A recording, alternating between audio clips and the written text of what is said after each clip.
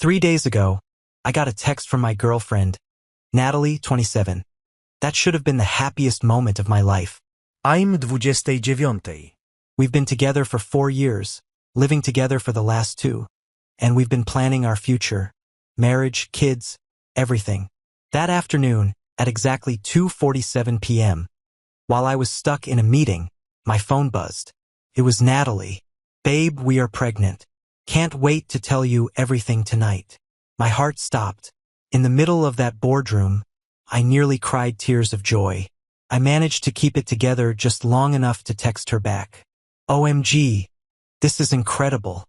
I love you so much. I can't wait to celebrate tonight. I floated through the rest of the day. Told my assistant I'd be heading out early. I couldn't stop smiling. Couldn't stop thinking about names, nursery colors, how to surprise her with flowers. But then everything shattered. About an hour later, I saw a post from her best friend on Instagram. Balloons, champagne, and a caption. Congratulations to Natalie and Eric. Parenthood looks good on you too. Eric, not me.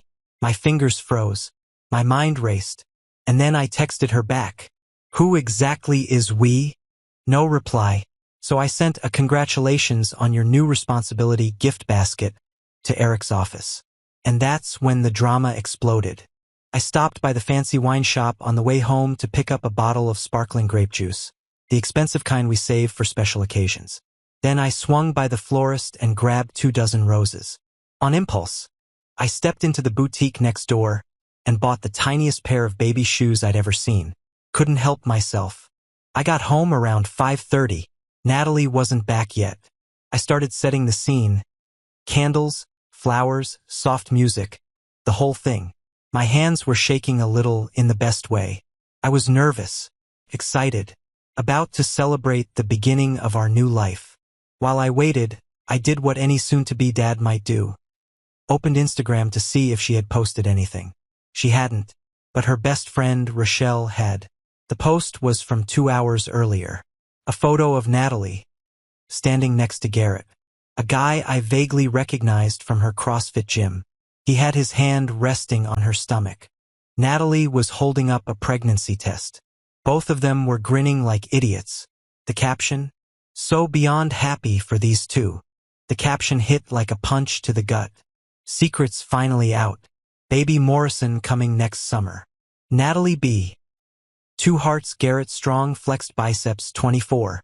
You guys are going to be amazing parents. Love you both. Baby Morrison. Garrett's last name is Morrison. I just sat there, staring at my phone. 10 minutes, maybe more.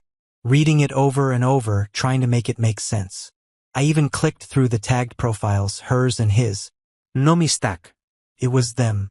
Behind me on the counter, the tiny baby shoes I'd bought were still sitting there in their box. I texted Natalie. Hey, quick question. Who exactly is we in We Are Pregnant? Read at 5:52 p.m. No response. She walked in the door at 6:15. Her eyes landed on the candles, the roses, the baby shoes. Her face went pale. This wasn't the joyful surprise I'd planned. It was something else entirely. Without me saying a word, she exhaled. You saw Rochelle's post. It wasn't even a question. Yeah. She burst into tears, but not the kind that come with guilt or regret. These were frustrated, angry tears. She wasn't supposed to post that yet. I was going to tell you. The right way. The right way. I could barely get the words out. The right way to tell me that my girlfriend is pregnant with someone else's baby? It's not. It's complicated. How long? It was all I could manage. She hesitated. 3 months. 3 months. We'd been planning our Spain trip during those same 3 months. For 3 months, she looked me in the eyes every night and said, I love you, while she was sleeping with Garrett at the gym. I told her to leave. She refused. It's my apartment too, she said. It's not. The lease is in my name. She just Venmos me half the rent every month. She crossed her arms and said, we need to talk about this like adults. Fine, let's be adults. Are you keeping it? Yes. Does Garrett know? Yes. He's excited. Are you leaving me for him? This is where it got interesting. No, I love you. This was a mistake. Garrett's not you. You're the one I want to build a life with. I laughed. Couldn't help it. But you're having his baby. We can make this work, she insisted. Plenty of blended families exist. You'd be such a good stepdad. A stepdad. To the child she conceived while cheating on me. The one she announced to me with, "We are pregnant." I told her to pack a bag and stay at Rochelle's. She cried harder, said I was being cold. But eventually she left. She kept texting all night, telling me I was overreacting. That modern families come in all shapes. That love conquers all. I blocked her at midnight. And yesterday, I did something petty, maybe childish, definitely satisfying. I reported Garrett's LinkedIn profile for impersonation. Flagged it 3 different ways. Now the CrossFit Romeo is offline. Garrett works at one of those trendy tech startups, the we're a family kind of place with bean bags in meeting rooms and craft beer on tap. So naturally, I sent them a gift basket. Not just any gift basket, the big one. Balloons, chocolates, a teddy bear, the whole 9 yards. The card read, "Congratulations on your upcoming fatherhood. Garrett, it's so exciting that you and Natalie are expecting. Wishing you both all the best as you start your family together. Take care of her. She's going to need all the support she can get." The ex-boyfriend. It was delivered to his office that morning. My phone has been blowing up since lunch. Apparently, Garrett hadn't told anyone at work yet. Also apparently, Garrett had a girlfriend. At past tense. Natalie's been calling nonstop, from Rochelle's phone now, since I blocked her. She left a voicemail screaming about how I'd ruined everything and destroyed an innocent man's life. Innocent. He knew about me. Her Instagram is still full of our photos. He just didn't care. She said she'd be by the next day to get her things. That should be fun, I thought. Date 1. Holy hell, the entitlement. Natalie came to pick up her stuff yesterday, but she didn't come alone. She brought backup. Rochelle, her mother Sandra, and plot twist Garrett. They rolled up at 10 a.m. like it was an intervention. I had already packed everything. Labeled boxes neatly stacked by the door. I was planning a quick civil handoff. Instead, Sandra walked in and opened with, "Now, sweetie, I know you're hurt, but throwing away 4 years over a little mistake? That's not the man I know. A little mistake? Getting pregnant by another man and lying about it is now a little mistake?" I stayed calm. "Sandra, her things are packed. She can take them and go. This isn't a discussion." That's when Garrett stepped forward. Walking, talking CrossFit cliché, head to toe in branded gym gear. "Bro, we need to talk. Man to man, bro." "Really? Actually, we don't. Just take the boxes and leave." He tried again. "Look, I get it. You're pissed. But Nat and it wasn't serious. Just physical. She loves you, dude. I'm not trying to take your girl. You already did. And on top of that, you got her pregnant. Congratulations, by the way. How'd your girlfriend take the news?" His face flushed deep red. "That was messed up, man." He hesitated. "She left me. And I lost my job, too." "Wait, what? You lost your job?" "You sent that basket to my office. HR got involved. The receptionist who signed for it started asking questions, and they said I'd been inappropriate with her. Claimed it created a hostile environment." I almost laughed. "So, let me get this straight. You were inappropriate with multiple women at work, and I'm the problem? Sounds like the basket just sped up the inevitable." "You twisted everything," he muttered. That's when Natalie jumped in, full meltdown mode. "See what you did? You didn't just hurt me, you hurt Garrett. He's unemployed now. He needs this job for the baby. Good thing that's not my problem anymore." Then Sandra chimed in, clutching her pearls metaphorically if not literally. "How can you be so heartless? My daughter made one mistake. She came to you with joy about becoming a mother, and you threw her out like trash." I looked her straight in the eye. "She didn't come to me with joy. She came to me pretending I was the father. That's not joy, that's manipulation." Rochelle, who'd been quiet this whole time, finally spoke. "She was going to tell you the truth eventually. She just Wanted to see if you'd step up first. Step up. It was a test. She wanted to know if you loved her unconditionally. To see if you'd raise the baby, even without knowing it wasn't yours. A test. She wanted to see if I'd unknowingly volunteer to raise another man's child. To measure my love based on how blindly I'd sacrifice myself. The apartment hallway wasn't the place for this nonsense. I turned and started moving the boxes outside. They kept talking. Natalie grabbed my arm. Please, I'll do anything. Counseling, therapy, whatever you need. Just don't throw us away. Me and you. What we had. I looked her in the eyes. We don't have anything. You ended that the moment you spent 3 months with Garrett. It was just sex. You're the one I want to marry. Behind her, Garrett made a noise. Clearly, that part was news to him. You told me you loved me, he said, staring at Natalie. I do, she stammered. But differently. You're my passion. He's my stability. Stability. I was stability, like a retirement plan or a reliable health insurance policy. Sandra stepped back in, pushing guilt like it was her job. Think about the baby. It needs a stable home. 2 incomes. You make good money, sweetie. Garrett's, between jobs. Natalie's boutique shifts barely cover groceries. You could provide. I stopped. Are you seriously asking me to financially support Natalie and Garrett's baby? Not support, she said quickly. Just help, until Garrett finds work. For the baby's sake. The audacity. They wanted me to bankroll their love child. Natalie snapped, her voice rising. You're being selfish. I gave you 4 years. And now you're throwing me out over one mistake. While I'm pregnant. You're not homeless, I said, grabbing the last box. You have Garrett. Oh right, he's unemployed. Then you've got your mom and Rochelle. Figure it out. The yelling grew louder. A few neighbors started peeking out through their doorways. I didn't stop, just kept loading the boxes one by one. Eventually, it was all outside. Natalie was sobbing. Garrett stood there in silence. Rochelle looked awkward. Sandra kept shaking her head in disappointment like I was the one who failed them. I shut the door. Not out of spite. Out of closure.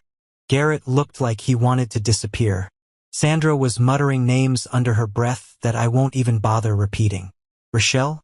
She had her phone out, filming. Because apparently, this needed to be documented like some reality TV meltdown.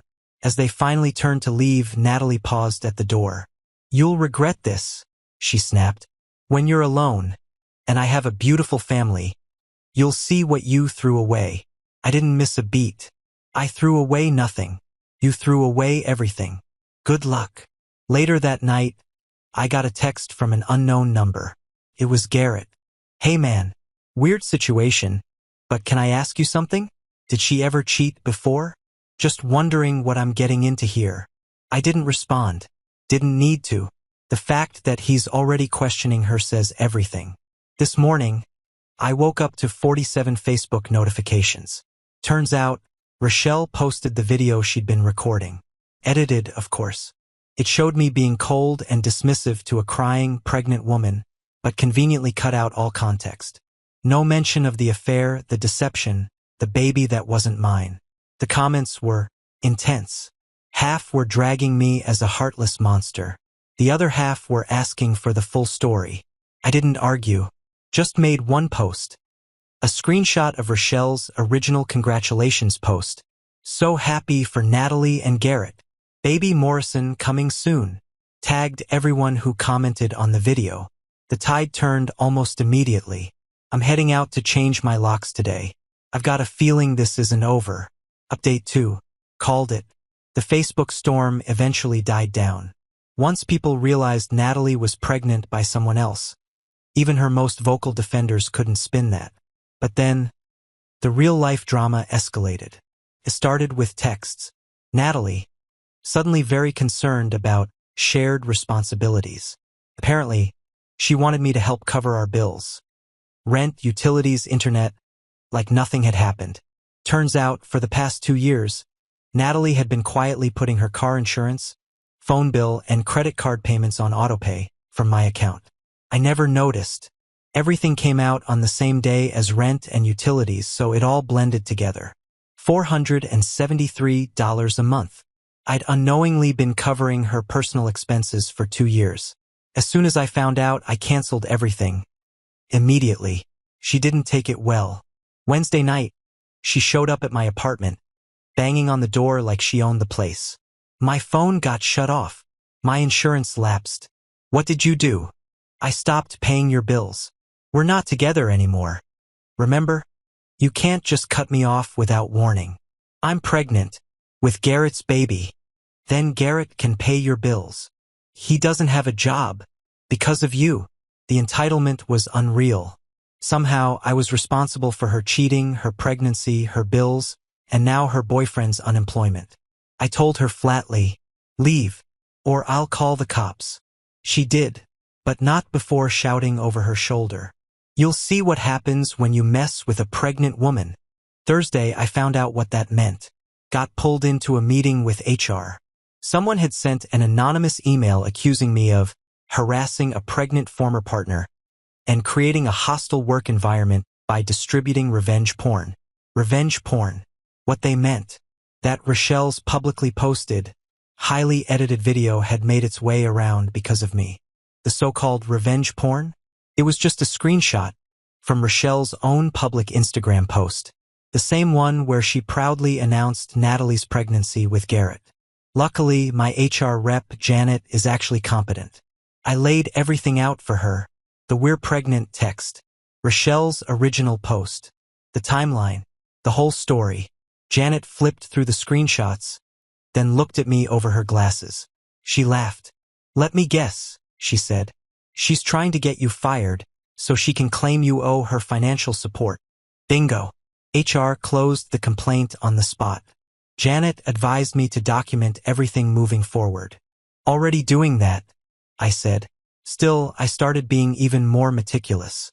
Friday was quiet. Too quiet. Saturday morning, I found out why. I stepped outside to see my car covered in shaving cream. Nasty messages scrawled across every window. Deadbeat abandoner. Real men step up. I live in a secured building, so I pulled the security footage with the front desk. Clear as day. Rochelle, along with 2 other women I didn't recognize, rolling in around 3 a.m. All in hoodies, but each of them looked straight up at the camera while checking for it. Genius-level criminals. I called the cops and filed a report. Damage was minor, just needed a solid car wash, but I wanted it on record. The officer taking the report looked half exhausted. Ex-girlfriend drama? He asked. She's pregnant with another man's baby and mad I won't pay their bills. He paused, then blinked. Come again.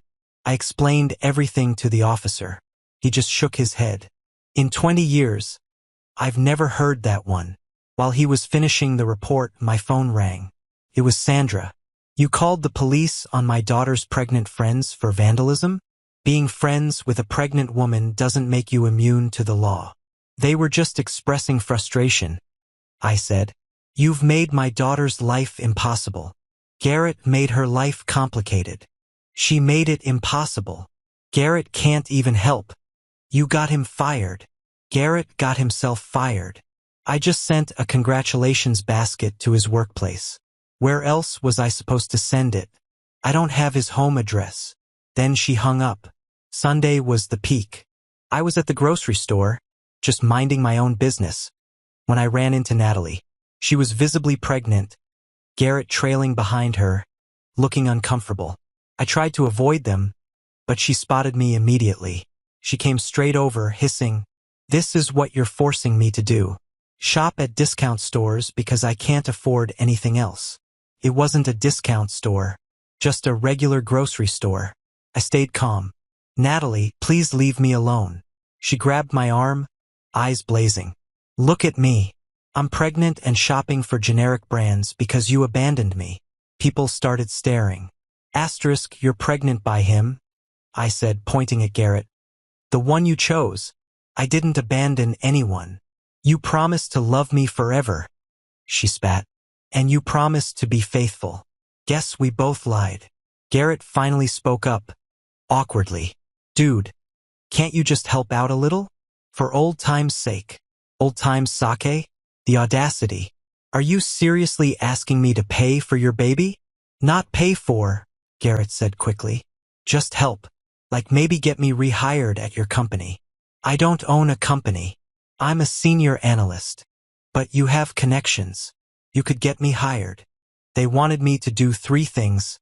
1, pay Natalie's bills. 2, get Garrett a job.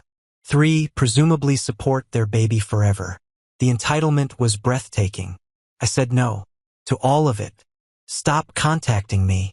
I started walking away. Natalie followed, crying loudly, full-on performance mode. How can you be so cruel? I loved you. An older woman shopping nearby spoke up. Honey, are you okay? Is this man bothering you? Natalie saw her opening. He abandoned me while I was pregnant. I turned to the woman. She's pregnant by that man, I said, pointing at Garrett. She cheated. I left. Now they want money. The woman looked at Natalie, then Garrett, then me. Then she said to Natalie, Sweetheart, you made your bed. Let the man shop in peace. Natalie's face was priceless. I left the store without finishing my shopping and went to a different one across town. That night, I got a long email from Natalie. Highlights from Natalie's latest email. I'm emotionally abusive for refusing to support her. I'm financially manipulating her by canceling her bills. I'm ruining an innocent child's life. She's considering legal action. But if I come to my senses, she's willing to forgive me. I forwarded everything to my lawyer friend Marcus. His response? LOL, she has no case. Keep documenting. Maybe consider a restraining order if it escalates. This morning, I woke up to a text from my mom. Apparently, Natalie somehow got her number and called, trying to turn her against me. Mom's response: You cheated on my son and got pregnant by another man. What exactly do you want me to say to him? Natalie hung up crying. Mom told me, I never liked her anyway. Too much vocal fry. So that's where things stand. My ex is pregnant by her affair partner. They both want me to bankroll their lives, and they're escalating because I won't. Next step? Probably a restraining order. We'll update if anything else happens. But honestly, every time they pull another stunt, I'm more convinced I dodged a bullet. Imagine if I'd married her before discovering who she really was. This will likely be my final update. I'm done with this circus and taking legal steps to make sure it stays that way. After my last post, things were quiet for about a week. Should have known it was the calm before the storm. The first sign of trouble? A letter from a lawyer. Not a reputable one. More the type who advertises on bus benches. Natalie was exploring her options for financial support, citing the length of our relationship and a supposed precedent of shared fiscal responsibility. Basically, she was after palimony in a state that doesn't even recognize it. I showed the letter to Marcus, my lawyer friend. He laughed for a solid 5 minutes. He sent back a formal £1 letter, complete with legal precedents proving she had zero case.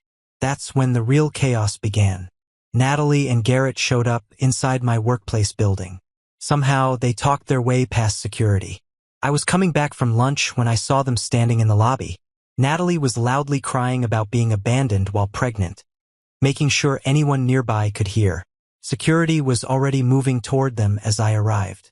I simply pointed and said, "Those two are trespassing. Please remove them." The scene Natalie threw while being escorted out? Oscar-worthy. During the chaos, Garrett tried to slip me an envelope. Security intercepted it.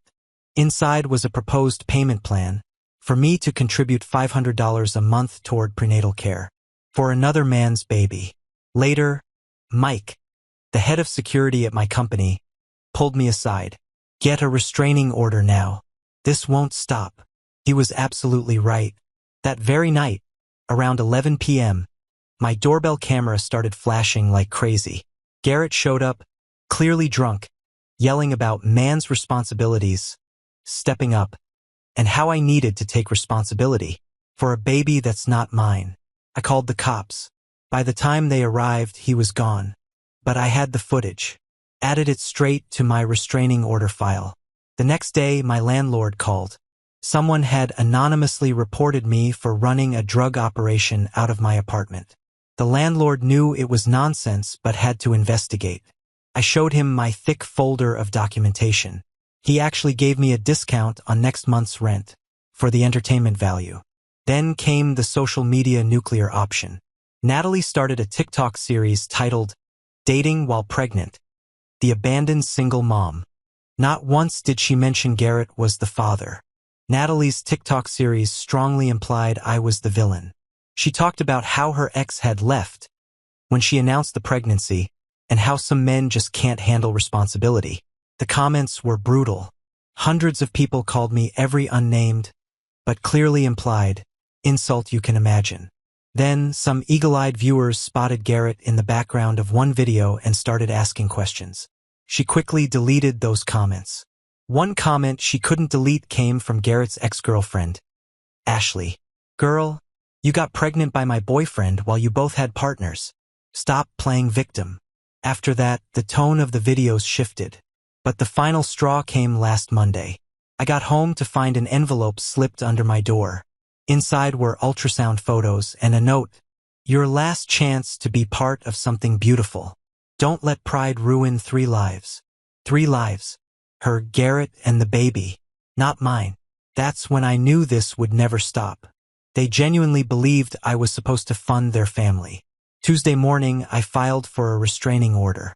I had enough documentation to wallpaper my apartment. The judge granted it immediately. Both Natalie and Garrett were prohibited from contacting me, directly or indirectly, or coming near my home or workplace. They were served Wednesday. Thursday, Michelle texted me from a new number. "You got them arrested? Natalie is pregnant." They weren't arrested, just served papers. But apparently, Natalie had such a severe meltdown when they served her that someone called 911. Paramedics showed up, but she refused transport and made another scene. Friday, Sandra left me a voicemail. "I hope you're happy. My daughter is on bed rest from the stress you caused. That baby's health is on your conscience. The baby I didn't conceive with the woman who cheated. That's on my conscience." Yesterday, I ran into a mutual friend, Derek. He looked exhausted. "Dude, I'm sorry about all of it.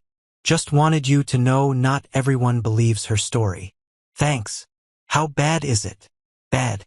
She's telling everyone you manipulated her into getting pregnant, then abandoned her when she needed you most. Garrett's backing her up, but he's also been on Tinder. My roommate matched with him. His bio, complicated situation, but ready for something real. So Garrett's already shopping for replacement support, while Natalie thinks they're building a family today. I'm done.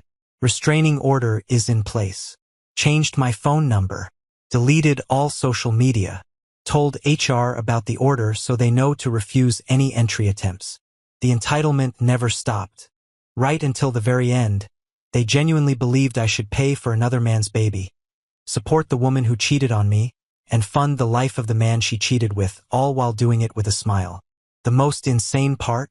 They actually thought I would. That's the level of delusion we're dealing with. For everyone asking why I sent the gift basket to Garrett's workplace, I don't regret it. He knew about me. He made his choices, and he faced the consequences. Some called me petty. Maybe I am. But I'd rather be petty than a doormat raising another man's child while being lied to. Natalie wanted to have her cake and eat it too. Keep me as the stable provider while chasing passion with Garrett. When it all blew up, she tried every trick in the book.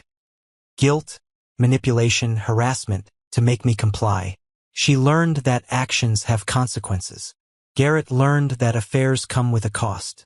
They both learned I'm not a walking savings account. I'm moving on. Dating isn't on my radar yet, but I'm in therapy working through the betrayal. I've started a new hobby, woodworking. I got a promotion at work. Apparently, documenting everything made me look incredibly organized to leadership. And honestly, I'm happier than I've been in years. Sometimes the best revenge isn't an elaborate scheme. It's simply refusing to be anyone's plan B, safety net, or wallet. Natalie's baby is due in 3 months. Not my circus. Not my monkeys. That's Garrett's problem now. Based on his Tinder profile, she might be a single mom after all. That's karma, not revenge. And it's not my problem. Peace out. And thanks for following this insane journey.